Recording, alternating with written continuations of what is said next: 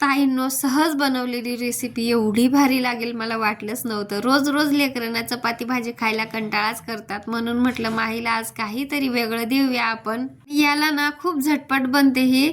तर यासाठी थोडंसं बेसन पीठ घेतलं होतं, थोडंसं तांदळाचं पीठ, बटाटे किसून घेतले, जिरा, ओवा, हळद, मीठ, मिरची आणि तेल टाकून मस्त हे मी डोश्यासारखं बनवून घेतलं.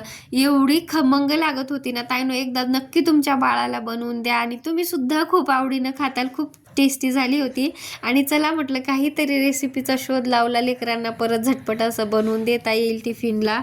आज मी केसही धुतले होते आणि ऊनही चांगलं पडलं होतं, तर म्हटलं चला खाली बसायला जाऊ. तर माही स्कूलवरून पण आली होती. घरी येऊन परत आम्ही पॉपकॉर्न बनवले, थोडेसे स्लाइस केक खाल्ले.